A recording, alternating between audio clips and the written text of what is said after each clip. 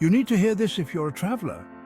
Romania's got charm, but not every spot hits the mark. First up, Constanta beachfront. Overcrowded, littered, and a bit run down. Next, Vama Veche.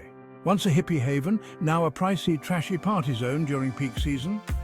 The People's Palace, aka Parliament Building, impressive outside, but limited tours leave you wanting more. Thermi Bucharest. Great on paper, but expect long lines, packed pools and drained wallets on busy days. Sinaia Casino isn't the Vegas experience you might expect. More event venue than casino. Slanik Prahova salt mine. Cool health benefits, but long waits and overcrowding can spoil the fun. Dracula's Castle. Spoiler alert, Dracula never lived there. Overhyped and commercialized. The Danube Delta. Amazing if you plan right, but pricey tours and swarms of mosquitoes can ruin it. Bucharest Old Town. Great by day, but a loud nightlife hotspot by night. Targovist, rich in history but lacking in tourist-friendly amenities. Remember folks, it's all about managing expectations.